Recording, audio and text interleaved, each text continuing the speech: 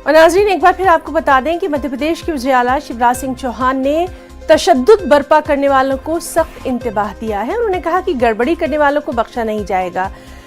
और खरगोन में क्या कुछ वहां पर हालात हैं, आज उसके ताल्लुक से हम तफसीलात हासिल करेंगे। हमारे साथ मौजूद हैं हमारे नुमाइंदे आशुतोष पुरोहित।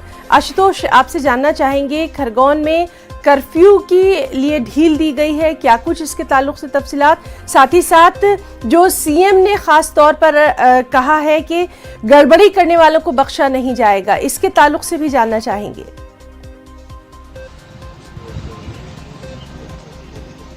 हिना, मैं आपको बताना चाहूंगा, जिस प्रकार से रामनवमी के जुलूस के दौरान जो पथराव, आगजनी और हिंसा की घटनाएं हुई थी, उसके बाद लगातार प्रशासन के द्वारा स्थिति पे कंट्रोल किया जा रहा है, नियंत्रण किया जा रहा है, सामान्य हालात बनाने के प्रयास किए जा रहा है। कल जिस प्रकार से 2 बार महिलाओं को विशेष रूप से सुबह और दोपहर में 2-2 घंटे के छूट दी गई थी, तो आज जो है फ्री फॉर ऑल, मतलब सभी लोग, पुरुष भी आ सकते हैं। 2 घंटे सुबह अभी 10 बजे से 12 बजे तक के लिए 2 घंटे के लिए छूट दी गई है। जहां तक अपने सीएम शिवराज सिंह जी का जो कहा है, उनके तीखे तेवर के बाद लगातार पुलिस के द्वारा सर्चिंग की जा रही है और अभी भी जो है उपद्रवियों को धरपकड़ की जा रही है।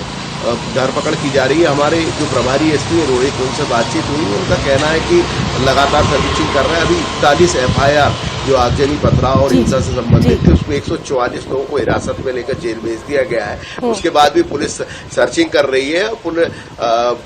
कई घरों में अभी भी पेट्रोल बम, पत्थर और अन्य चीजें मिली है। तो पुलिस और प्रशासन की अपील है कि शांति सद्भाव बना के रखें। जिस प्रकार से अभी तो लगातार अमन की अपील की जा रही है और आज दिन भर वहां क्या कुछ हालात रहेंगे, क्या कार्रवाई होगी, उस पर नजर रहेगी। बहुत बहुत शुक्रिया आशुतोष आपका तमाम तर जानकारी के लिए।